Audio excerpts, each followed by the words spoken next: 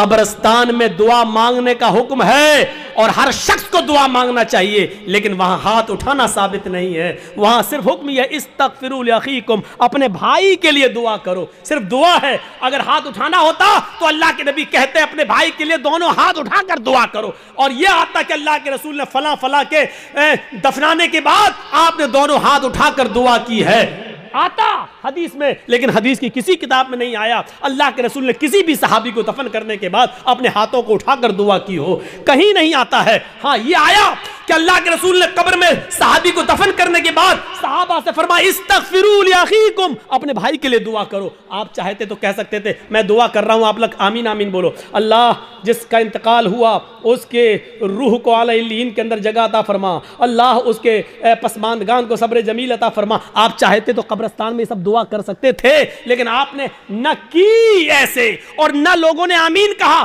بلکہ آپ نے سب کو حکم دیا کہ تم اپنے بھائی کے لیے دعا کرو، یعنی تم اپنی دعا کرو، ہم اپنی دعا کر رہے ہیں، دعا سب کریں لیکن الگ الگ کریں، اور ہاتھ اٹھانا یہاں ثابت نہیں ہے، اس لیے ہاتھ نہ اٹھایا جائے۔ وہی بات لوٹ پھر کے آتی رہتی ہے کہ مولانا صاحب کیا کیا جائے، قبرستان میں دعا کرنا کیسا ہے؟ کسی آدمی کے مر جانے کے بعد کسی مولانا کے ساتھ اس کے گھر پہ جا کر بھوج کھانے کے بعد دعا کرنا اس کی مغفرت کی، یہ کیسا ہے؟ مسجد میں فرض نماز کے بعد امام کے ساتھ دعا مانگنا کیسا ہے؟ وہی پرانے گھسے پٹے سوال جو ہم 15-20 سال سے ان علاقوں میں آ کے بولتے جا رہے ہیں، وہی سوال، اور آج تک ہم ان کو ختم کرنے کے لیے تیار نہیں ہوتے ہیں۔ یہ ہماری بے شرمی کا حال ہے، یہ ہماری بے شرمی کا حال ہے۔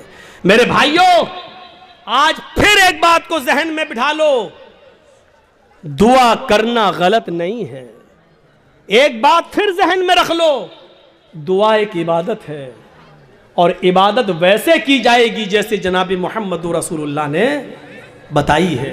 عبادت محلے کے سردار کے طریقے پر نہیں کی جائے گی، عبادت مولوی جرجیز کے طریقے پر نہیں کی جائے گی، عبادت مسجد کے امام کے طریقے پر نہیں کی جائے گی۔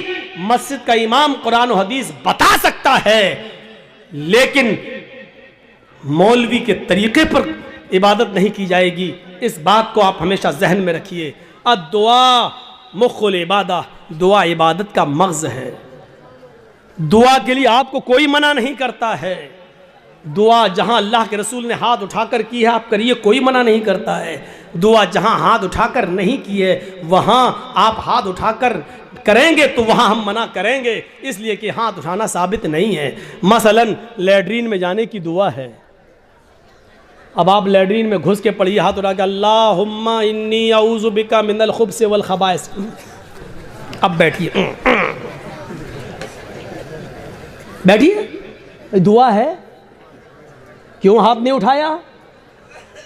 میں پوچھنا چاہتا ہوں ان لوگوں سے جو مسجد میں مجبور کرتے ہیں امام کو کہ ہاتھ اٹھاؤ، اور پبلک سے کہتے ہیں ہاتھ اٹھا کر دعا کرو، اگر دعا کے لیے ہاتھ اٹھانا ہے تو لیٹرین میں جانے کی دعا ہے، بتاؤ کیوں نہیں ہاتھ اٹھاتے ہو؟ سب لیٹرین میں کیوں؟ ارے جب لیٹرین میں دعا پڑھ سکتے ہو تو ہاتھ کیوں نہیں اٹھا سکتے ہو؟ جب لیٹرین میں اللہ کا نام لے سکتے ہو اللہم انی اعوذ بک، تو ہاتھ اٹھانے میں کیا حرج ہے؟ کیوں نہیں اٹھاتے ہو؟ اب ہماری عقل کہہ رہی گندی جگہ پر ہاتھ کیسے اٹھائیں؟ ابھی عقل ہی تو کہہ رہی ہے نا، تو میں کہہ رہا ہوں گندی جگہ پر پھر اللہ کا نام کیوں لے رہے ہو؟ نہیں صاحب وہ تو اللہ کے نبی نے بتایا ہے، تو اللہ کے نبی نے بتایا تو یہاں اللہ کے نبی نے ہاتھ نہیں اٹھایا تو ہم ہاتھ نہیں اٹھائیں گے۔ اچھا کھانا کھاؤ، کیا دعا ہے؟ بسم اللہ یا بسم اللہ وعلی برکت اللہ، یہ دعا ہے کھانا کھانے کی۔ اب آپ کھانا بیٹھو، جرجی صاحب کھانا لگ گیا، بسم اللہ، اب ہم کھائیں، یا بسم اللہ وعلی برکت اللہ، اب ہم کھائیں، بولیے۔ چلو یہ تو لیٹرین نہیں ہے، یہ تو گھر ہے، یہاں پر ہاتھ اٹھا کر اگر کوئی آدمی دعا کرے بسم اللہ یا بسم اللہ وعلی برکت اللہ تب کھانا کھائے، کیسا لگے گا آپ کو؟ کیوں نہیں اٹھاتے ہو؟ یہ بھی تو دعا ہی ہے۔ صاحب اللہ کے نبی نے نہیں اٹھائے اس لیے ہم نے اٹھائے۔ آ گئی نا بات وہی، جہاں نبی نے اٹھایا وہاں اٹھاؤ، ہم بھی تو یہی کہہ رہے ہیں، جہاں نبی نے نہیں اٹھایا وہاں مت اٹھاؤ. ہم بھی تو آپ سے یہی کہہ رہے ہیں. اچھا وضو بنایا، کیا دعا پڑھتے ہو؟ بسم اللہ. وضو کے بعد کیا دعا پڑھتے ہو؟ اشہد ان لا الہ الا اللہ واشہد ان محمدا عبدہ ورسولہ اللہم اجعلنی من التوابین واجعلنی من المتطہرین. یہی دعا تو پڑھتے ہو. اچھا وضو بنانے کے بعد کسی کو دیکھا، پیر دھلنے کے بعد آیا ہو قبلے کی طرف منہ کر کے اشہد ان لا الہ الا اللہ وحدہ لا شریک لہ واشہد ان محمدا عبدہ ورسولہ اللہم اجعلنی من التوابین واجعلنی من المتطہرین. میں پوچھنا چاہتا ہوں کیوں نہیں ہاتھ اٹھاتے ہو؟ یہاں وضو کے بعد کی دعا ہے، ہاتھ اٹھانا ثابت نہیں ہے. اذان کے بعد کی دعا ہے اللہم رب ھذہ الدعوۃ التامہ والصلاۃ القائمہ آتی محمدا الوسیلہ والفضیلہ، لیکن ہاتھ اٹھانا ثابت نہیں ہے. چاند دیکھ کر دعا مانگنا ثابت ہے، چاند دیکھ کر دعا مانگی جائے، لیکن ہاتھ اٹھانا ثابت نہیں ہے. اسی طریقے سے قبرستان میں جا کر دعا کرنا جائز ہے. اللہ کے نبی نے فرمایا استغفروا لاخیکم، اپنے بھائی کے لیے دعا کرو. ہر آدمی کو مٹی دینے کے بعد اپنے بھائی کے لیے دعا کرنا چاہیے، لیکن یہاں ہاتھ اٹھانا ثابت نہیں ہے. جیسے ان جگہوں پر ہاتھ اٹھانا ثابت نہیں ہے، ایسے ہی قبرستان میں بھی ہاتھ اٹھا کر دعا کرنا ثابت نہیں ہے. جو لوگ کہتے ہیں کہ اللہ مولانا میرا باپ مر گئے ان کے لیے دعا کرنا، چاہے کتنے ملا مولویوں کو اپنے گھروں میں لے کے چلے جاؤ اور دعائیں کروا لو کہ اللہ میرے باپ کو بخش دے، اللہ اس کے باپ کی دعا مغفرت فرما دے. اگر آپ کے باپ کے مرنے کے بعد اگر باپ کی وراثت میں سے باپ کی بیٹی یعنی آپ نے اپنی بہن کو حصہ نہیں دیا، باپ کی مغفرت نہیں ہوگی. یاد رکھیے، ملا مولوی دعا کر کر کے مر کیوں نہ جائیں، باپ کی مغفرت نہیں ہوگی چاہے کتنی دعا کرا لو. باپ کی وراثت میں سے بیٹی کو حق ملنا ہے، باپ کی وراثت میں سے ملنا ہے. اور چاہے کتنا کوئی دعا کرے، لیکن بھائی کے مرنے کے بعد بہن دعا کرے کہ اللہ میرے بھائی کو بخش دے، جب تک بھائی کے مرنے کے بعد بھائی کی وراثت میں سے بہن کو حصہ نہیں ملے گا، دعا قبول نہیں ہوگی اور بھائی کی مغفرت نہیں ہوگی. پڑھے بہت آسان سمجھ لیا نا. جنت جب چاہے اللہ جنت دے، اللہ جنت تو مل نہیں سکتی، جنت الفردوس دے. مانگتے کتنی بڑی جنت ہے، سب سے اعلیٰ جنت. ابھی تو یہی پتا نہیں کہ ہمیں کوئی چھوٹی سے ہلکا زمین کا جنت کا معمولی سا ٹکڑا بھی مل جائے، ہمارے لیے وہی کافی ہے. وہ تو جنت الفردوس. اور حالات یہ ہیں کہ بیٹیوں کا حق مارے ہوئے ہیں، بہنوں کا حق مارے ہوئے ہیں، بہنوں کا حق مارے ہوئے ہیں. حالت یہ ہے ہماری. جہیز دے کر آپ ذمہ داری سے سب قدوش نہیں ہو جائیں گے، ذمہ داری سے بچ نہیں پائیں گے. آپ کو حصہ دینا پڑے گا، آپ کو حق دینا پڑے گا. یا ہے تو ہمیں بتاؤ کہاں ہے. نہیں صاحب اٹھا لیں تو حرج کیا ہے؟ اب اس کا جواب سنو. ارے ہم نے ہاتھ اٹھا کر دعا کر لی تو حرج کیا ہے؟ تو اب مجھے جواب دو. لیٹرین میں ہم نے کہہ دیا ہاتھ اٹھا کر اللہم انی اعوذ بک من الخبث والخبائث، تو حرج کیا ہے؟ مجھے اتنا بتا دو. اذان کے بعد ہم نے ہاتھ اٹھا کر دعا مانگ لی، اشہد ان لا الہ الا اللہ، حرج کیا ہے؟ مجھے بتا دو.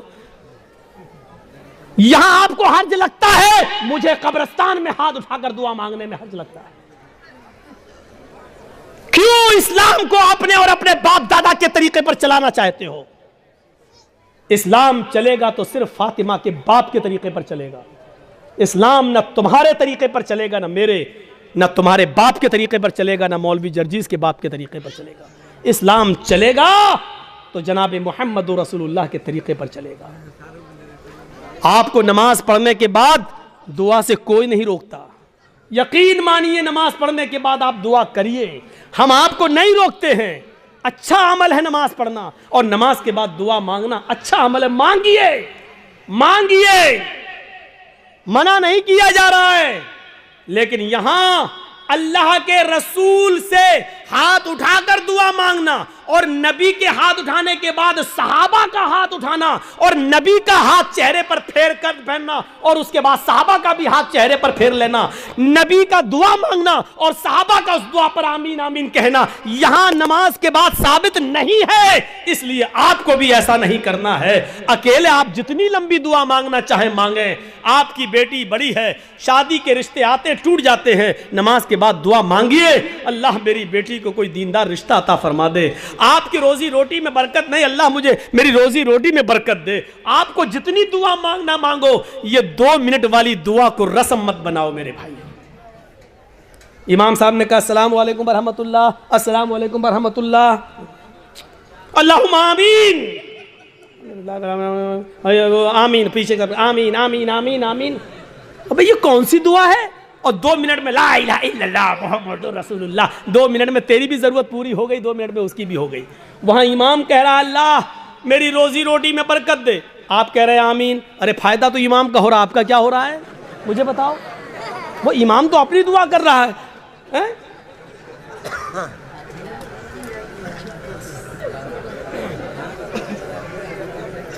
اب امام بیچارہ کنوارا ہے، شادی نہیں ہوئی ہے، امام کہہ رہا اللہ مجھے دیندار لڑکی عطا فرما دے، آپ کہہ رہے ہیں آمین۔ فائدہ تو امام کا ہو رہا، تمہارا کیا ہو رہا ہے؟ ارے امام اپنی دعا مانگے، تم اپنی دعا مانگو یار۔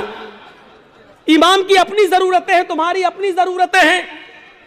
امام کا بیٹا بیمار ہے، اس کے پیٹ میں درد ہے، وہ کہہ رہا اللہ میرے بیٹے کو شفا عطا فرما دے۔ تمہارے باپ کو کینسر ہے، تم اپنی دعا مانگو اللہ میرے باپ کو کینسر ہے، اے اللہ میرے باپ کو شفا کاملہ اور عاجلہ عطا فرما۔ ارے امام کے ساتھ ساتھ تیرے آمین کہنے سے مخصوص دعائیں ہو رہی ہیں۔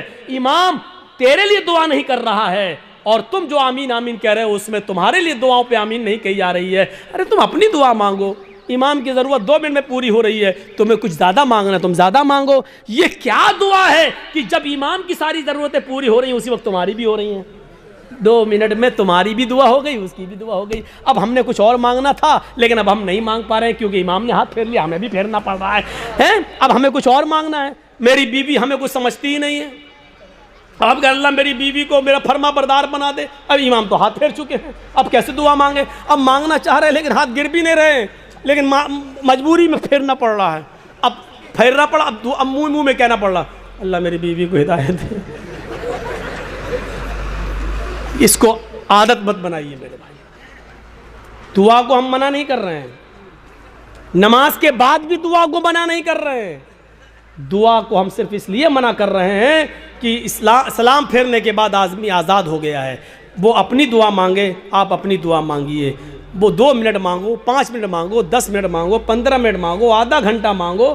اور دعا تو میرے بھائیوں مجمع میں صحیح بتاؤں تو دعا کا حق ادا ہی نہیں ہوتا ہے، دعا کا حق ادا تو تنہائی میں ہوتا ہے، جب کوئی نہ دیکھ رہا ہو، 2 رکعت نماز پڑھ کے اپنے آپ کو سب سے چھپا کر رو رو کر آنکھوں سے آنسو بہا بہا کر دعا کی جائے، تب دعا کا مزہ کچھ اور ہے میرے بھائیوں۔ یہ دعا کا مذاق ہے۔ اللہ گاؤں میں بہت زیادہ لفڑا، اللہ میرے گاؤں میں برکت دے، اللہ میرے چودھری کو سمجھا دے، اللہ میرے یہ آمین اللہم آمین محمد رسول اللہ، یہ دعا کا مذاق ہے یار، مت بناؤ مذاق۔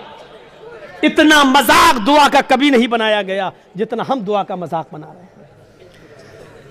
ہاتھ اٹھا کر بھی مانگ سکتے ہو لیکن اکیلے تنہا، یہ ایمان کی اسپرٹ تھی، ایمان کی طاقت تھی۔ آئیے ایک اور زبردست ایک نقشہ کھینچ کر آپ کو بتاتا ہوں، دیکھیے ایمان کیا ہے۔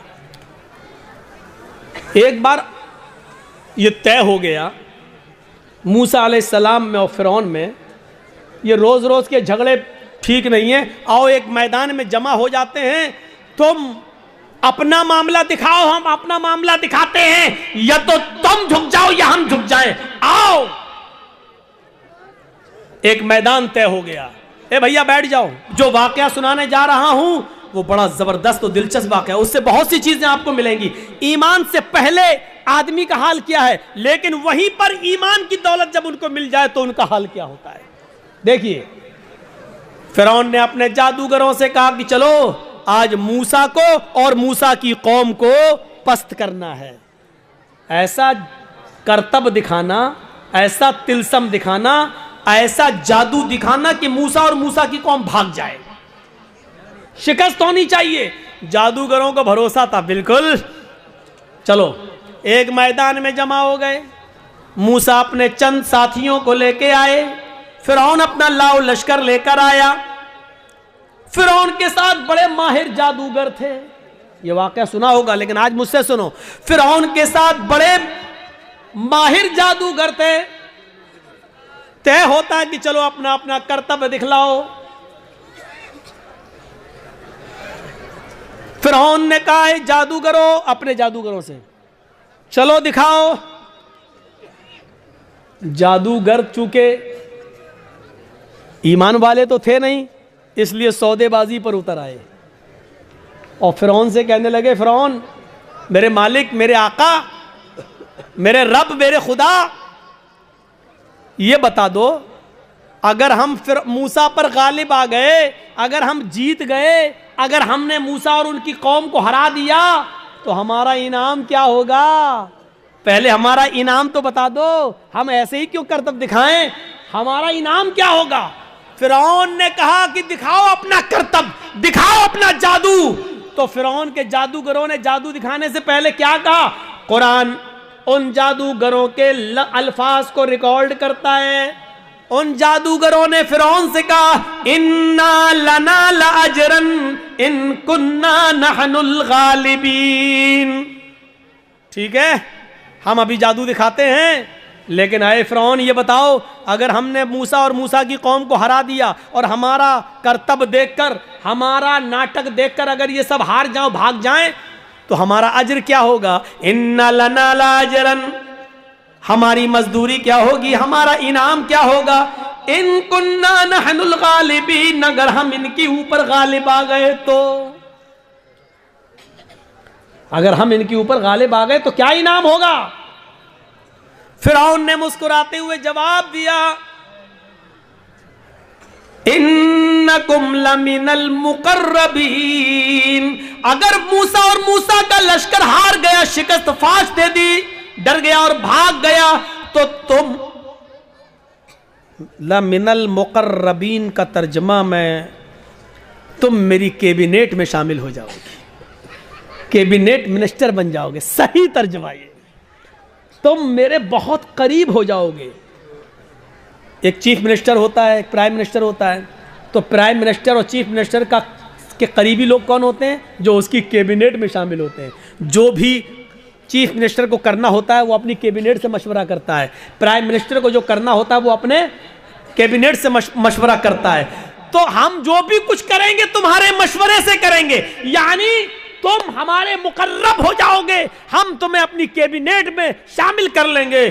بالفاظ دیگر ہم تمہیں اپنا وزیر بنا دیں گے, تمہیں ہم اپنا منسٹر بنا لیں گے, وزیر بنا لیں گے, تمہارا یہ انعام ہوگا.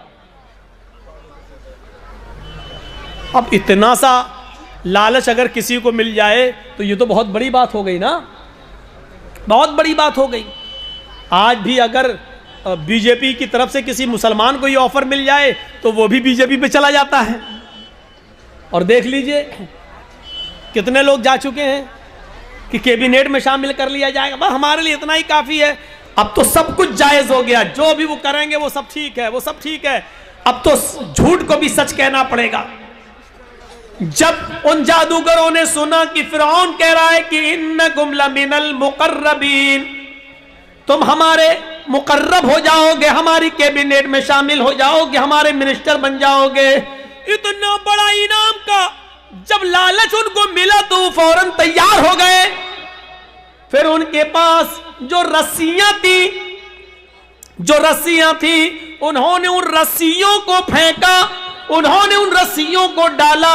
انہوں نے جب ان رسیوں کو موسیٰ کے سامنے اور موسیٰ کی قوم کے سامنے پھینکا تو وہ رینگتے ہوئے سانپ بن گئے, رینگتے ہوئے سانپ بن گئے, سانپ بن کر رینگنے لگے. حالانکہ وہ سانپ نہیں تھے, وہ نظر بندی تھی, ہمیں دکھائی دے رہے ہیں سانپ کی طرح رینگ رہے, لیکن وہ سانپ نہیں تھے. جیسے جادوگر جو ہمارے محلے میں آتا ہے, مٹی اٹھائے گا, رکھے گا, مٹھی بند کرے گا, چھو منتر جادو وہ کر کے ایسے گھما کے کھولے گا, روپیہ بن جائے گا.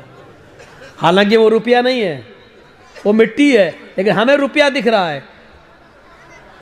اگر جادوگر مٹی کو روپیہ بنانا جانتا ہوتا تو اپنا جادو ختم کرنے کے بعد پھر کٹورا لے کر 1-2 روپے کی بھیک ہم سے کیوں مانگتا؟ وہ کہتا ہے کہ یہ کلا ہے، یہ مٹی کو میں نے روپیہ بنایا، یہ صرف ہماری ہاتھ کی صفائی ہے، یہ تمہیں روپیہ دکھ رہا ہے لیکن حقیقت میں روپیہ نہیں ہے۔ اگر روپیہ ہوتا تو پھر ہم گھر بیٹھ کے یہ تماشا کیوں دکھاتے تمہیں؟ ہم تو گھر بیٹھ کے مٹی کا روپیہ بناتے رہتے۔ موسیٰ اور موسیٰ کی قوم کو وہ رنگتے ہوئے سانپ دکھنے لگے تو موسیٰ علیہ السلام ڈرنے بھی لگے، ایسے ہٹنے بھی لگے۔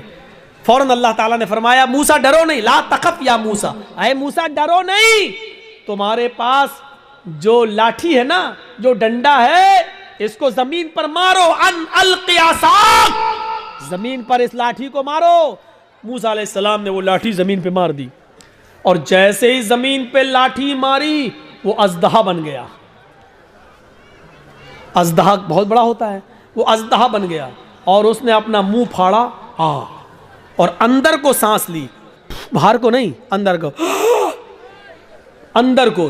جب اس نے اندر کو سانس لی تو وہ جتنے بھی سانپ جو رسیاں بنی ہوئی تھیں وہ سب اس کے منہ میں گھستے چلے گئے، کر کے سب کو کھا گیا۔ یہیں سے موسیٰ فرعون کے جادوگروں کی عقل ٹھکانے آ گئی، وہ سمجھ گئے ہم نے جو دکھایا وہ نقلی چیز تھی، موسیٰ نے جو دکھایا وہ اوریجنلٹی تھی، وہ اصلیت تھی۔ وہ سمجھ گئے کہ اب حق کے آگے میرا باطل نہیں چلے گا، یکدم وہیں سے بدل گئے، یہیں سے چینج ہو گئے۔ موسیٰ علیہ السلام نے ڈنڈا زمین پہ مارا، وہ اژدہا بن گیا، اژدہا ان کے سانپوں کو نکل گیا۔ فرعون کے جادوگر سمجھ گئے کہ اب میری خیر نہیں، اگر میں نے کچھ اور دکھایا تو ہماری آفت، ہماری بربادی، کیونکہ ہم نے جو دکھایا وہ جادو تھا، موسیٰ نے جو دکھایا وہ حقیقت ہے، اور جادو کبھی حقیقت کا مقابلہ نہیں کر سکتا۔ فوراً وہی کے وہی وہ سارے جادوگر پلٹے اور چیخ پڑے، آمنا بالرب موسیٰ و ہارون، ہم موسیٰ اور ہارون کے رب کے اوپر ایمان لے آئے۔ چیختے ہوئے انہوں نے کہا اب ہم نے فرعون کو چھوڑ دیا، میں موسیٰ اور ہارون کے رب پر ایمان لے آیا۔ انہوں نے یہ نہیں کہا کہ میں اللہ پر ایمان لایا، جادوگروں نے کیا کہا؟ برب موسیٰ و ہارون، ہارون اور موسیٰ کے رب پر ایمان لایا۔ اگر وہ یہ کہتے ہیں کہ میں تو اللہ پر ایمان لایا تو لوگوں کا اللہ اور لوگوں کا خدا تو وہی بنا ہوا تھا فرعون، اس لیے موسیٰ اور ہارون کا رب نہیں تھا۔ موسیٰ اور ہارون علیہ السلام نے کبھی فرعون کو اپنا رب نہیں مانا، موسیٰ اور ہارون نے اپنا رب اللہ کو مانا تھا، اس لیے کیا کہا؟ آمنا برب موسیٰ و ہارون، میں ہارون اور موسیٰ کے رب پر ایمان لے آیا، یعنی میں اللہ پر ایمان لایا۔ فرعون تو شزدر رہ گیا، لایا تھا موسیٰ اور ان کو ہرانے کے لیے، اور یہ تو ہم ہی ہار گئے، یہ سارے جادوگر پلٹ گئے، یہ سارے جادوگر ادھر چلے گئے۔ ابھی دیکھیے جب تک جادو دکھا رہے تھے تب تک وہ کافر تھے، لیکن جب موسیٰ نے اپنا ہنر دکھلایا، معجزہ دکھلایا تو وہ ایمان لے آئے۔ اب ایمان لانے کے بعد طاقت دیکھیے ان کے اندر وہی موجود ہے، ابھی ہٹے نہیں، ابھی اپنے گھر نہیں گئے۔ اب جب ایمان لے آئے، جب کہہ دیا آمنا برب موسیٰ و ہارون، جب کہہ دیا کہ ہارون و موسیٰ کے رب پر ایمان لائے، تب ان کے ایمان لانے کے بعد ان کے اندر طاقت کیا آئی وہ دکھانا چاہتا ہوں۔ ایک مومن کے اندر ایمان جب آ جائے تو اس کی طاقت کیا ہوتی ہے وہ چیز سمجھ لیجئے۔ جب وہ ایمان لائے تو فرعون نے کہا یہ کیا کیا تم نے؟ تو انہوں نے جواب دیا کہ اللہ کی طرف سے حق آ جانے کے بعد اور اپنی آنکھوں سے حق دیکھنے کے بعد بھی میں تمہاری غلامی کروں اور تم کو اپنا رب مانوں تو ہم سے بڑا بدنصیب کوئی نہیں ہوگا، ہم سے بڑا پھر پاگل کوئی نہیں ہوگا۔ ہم نے آج اپنی آنکھوں سے حق دیکھ لیا اور سچائی دیکھ لی اور موسیٰ کا معجزہ دیکھ لیا ہے، موسیٰ نے جو دکھایا وہ اللہ کی طرف سے ہے، اس لیے اب حق آ جانے کے بعد ہم تمہاری غلامی نہیں کر سکتے، ہم تمہیں ترجیح نہیں دے سکتے۔ فرعون نے کہا تب جانتے ہو تمہارا انجام کیا ہوگا، جانتے ہو تمہارا انجام کیا ہوگا؟ انہوں نے کہا اے فرعون پھر ہمارے انجام کو بھی بتا دو کہ کیا انجام ہوگا ہمارا۔ فرعون نے کہا لأقطعن أيديكم وأرجلكم من خلاف ثم لأصلبنكم أجمعين. قرآن کہہ رہا ہے آئے میرے جادوگرو، اگر تم نے موسیٰ اور ہارون کے رب کو چھوڑ کر مجھے رب نہ مانا اور تم نہ پلٹے تو ہم تمہیں کیا عذاب دیں گے، کیا سزا دیں گے تم جانتے ہو. لَأُقَطِّعَنَّ أَيْدِيَكُمْ وَأَرْجُلَكُمْ مِنْ خِلَافٍ، ہم تمہارے ہاتھ کٹوا دیں گے، ہم تمہارے پیر کٹوا دیں گے مخالف سمتوں سے. یعنی داہنا ہاتھ کاٹیں گے تو بایاں پیر، اور بایاں ہاتھ کاٹیں گے تو دایاں پیر. اگر ہم نے دایاں ہاتھ کاٹا تو بایاں پیر کٹوائیں گے، اور کسی کا اگر ہم نے بایاں ہاتھ کاٹا تو اس کا دایاں پیر کٹوا دیں گے. لَأُقَطِّعَنَّ أَيْدِيَكُمْ وَأَرْجُلَكُمْ. عربی سے واقف ہوں گے تو آپ سمجھ جائیں گے، لیکن عربی سے واقف نہیں ہے. الفاظ کی زیادتی معنی کی زیادتی پر دلالت کرتی ہے. عربی زبان میں قطع یقطعو کے معنی ہوتے ہیں کاٹنا، یہ اس کو کہا جائے گا قطع، کاٹنا. لیکن ادھر سے کاٹا، ادھر سے کاٹا، ادھر سے کاٹا، یہ کاٹا، یہ کاٹا، اس کو کہا جاتا ہے قطع یقطع تقطیع، ٹکڑے ٹکڑے کرنا. فرعون نے یہ نہیں کہا تھا کہ ہم تمہارے ہاتھ و پیر کاٹ دیں گے.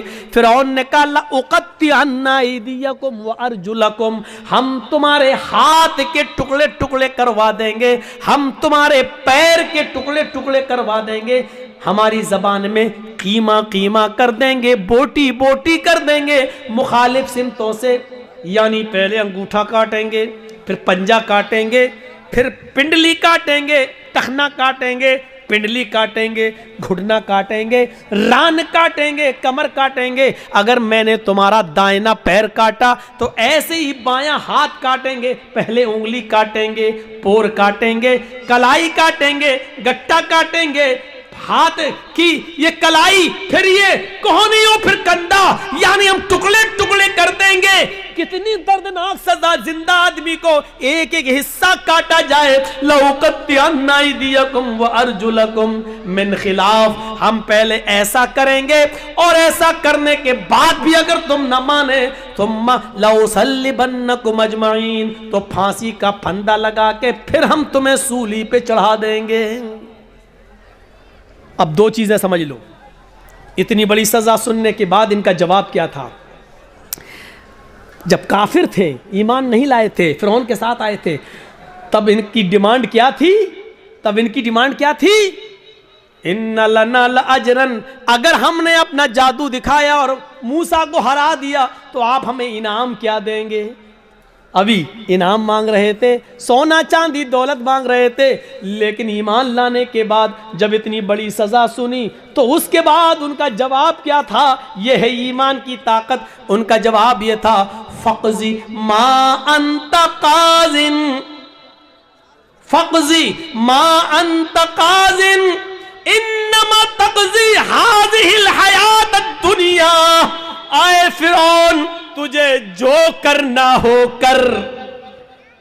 فَقْضِ مَا أَنْتَ قَاضٍ، آئے فرعون تجھے جو کرنا ہو کر، میرے ساتھ، میری باڈی کے ساتھ، میرے جسم کے ساتھ، میرے پیروں کے ساتھ، میرے ہاتھ کے ساتھ، میرے جسم کے ساتھ جو کچھ بھی تو کر سکتا ہے کر لے. انما تقضی هذه الحیات الدنیا، تو صرف مجھے دنیا میں سزا دے سکتا ہے، صرف دنیا میں مجھے پریشان کر سکتا ہے، صرف دنیا میں تو میرے اوپر حکومت چلا سکتا ہے، صرف دنیا میں تو مجھے سزا دے سکتا ہے. آخرت میں تو ہمیں سزا نہیں دے سکتا ہے، آخرت کا تو ہمارے مالک نہیں ہے. جو ابھی انعام مانگ رہے تھے، ایمان لانے کے بعد وہ کہہ رہے ہیں جو کرنا ہو کر لے، لیکن اب ہم موسیٰ اور ہارون کے رب کو چھوڑنے والے نہیں ہیں. یہ ہے ایمان،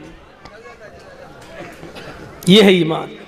یہاں تو ہمارا ایمان کا بڑا حال ہے. اگر دو چار آدمی ہمیں پکڑ کے باندھ دو کہ جے شری رام، تو ہم کہہ بھی دیں گے اپنی جان بچانے کے لیے جے شری رام. وہ ایک الگ مسئلہ ہے کہ ایسے موقع پر نعرہ لگانا چاہیے یا کوئی مجبور کرے تو جے شری رام کہہ سکتے ہیں کہ نہیں کہہ سکتے, وہ ایک الگ مسئلہ ہے. اس مسئلے پہ جائیں گے تو رات بیتے گی, کیونکہ پھر دلیلیں دینا پڑیں گی اور ثبوت دینا پڑیں گے. اس طرف ابھی ہم نہیں جانا چاہتے ہیں میرے بھائیوں, یہ ایک الگ مسئلہ ہے. لیکن ذرا سوچو کہ آج ہمارا ایمان کیا ہے اور ان کا ایمان کیا تھا. جو ابھی انعام مانگ رہے تھے وہ اب کہہ رہے ہیں کہ سزا بھی دے دو, لیکن ہم اب ایمان سے پھرنے والے نہیں ہیں. یہ ہوتا ہے ایمان, یہ ہوتا ہے ایمان. ارے ہم ایمان کے لیے اور اسلام کے لیے اپنی جان کی قربانیاں کیا دیں گے. ہم تو اپنے معاشرے میں اور اپنی سماج میں پھیلی ہوئی بری بدعتوں کو بھی چھوڑنے کے لیے تیار نہیں ہیں. ہمارے باپ دادا جو کرتے آئے ہیں وہی ہم کریں گے. ہمارے باپ دادا جو کرتے آئے وہی کریں گے. یہ نئے ملا مولوی جب سے پیدا ہو گئے تب سے یہ نئے نئے مسئلے بتانے لگے ہیں. یہ صورتحال آج ہمارے درمیان آ گئی ہے, یہ صورتحال آج ہمارے درمیان چلی ہوئی ہے. کوئی چیز ہماری مسجد میں آج ہو رہی ہے, بند ہو جاتی ہے, پھر دوبارہ چالو ہو جاتی ہے. ہم اپنے باپ دادا کی رائج کردہ بدعتوں کو ہم ختم نہیں کر پا رہے ہیں. ایمان اور اسلام کے لیے ہم اپنی جان کیا قربان کریں گے, ہم کیا چھوڑیں گے. حضرت ہاجرہ کی طرح اپنے شوہر کو کون عورت چھوڑنے کے لیے تیار ہوگی, اور کون آدمی ایسا ہوگا جو اپنے بچے کو اسماعیل کی طرح چھوڑ کر چلا جائے اور پھر پلٹ کر بھی نہ دیکھے. ہم بھی جاتے ہیں تو ایک امید ہوتی ہے کہ چلو بیوی سعودیہ جا رہے ہیں, اس بچے ہی کے لیے تو جا رہے ہیں, تمہارے لیے تو جا رہے ہیں, لیکن 1 سال کے بعد آ جائیں گے, 2 سال کے بعد آ جائیں گے. لیکن وہ بھی گھر میں سارا انتظام کرنے کے بعد آپ جاتے ہیں اور سعودی جانے کے بعد پیسے وغیرہ بھیجتے رہتے ہیں. یہاں تو کچھ نہیں ہے. اندھیری رات میں کیا ہوگا, ستو اور پانی کے علاوہ کچھ نہیں ہے. وہ بھی 2 دن کے لیے بعد کیا ہوگا, میری بیوی کیا کرے گی, میرا بچہ کیا کرے گا. ذرا تصور کیجئے اس پوزیشن میں اپنی بیوی اور بچے کو چھوڑنا. ہم تو اپنی بدعتوں کو قربان نہیں کر پا رہے ہیں, نہیں چھوڑ پا رہے ہیں. ہمارے باپ دادا جو کرتے چلے آ رہے ہیں وہ ہم کرتے رہیں گے.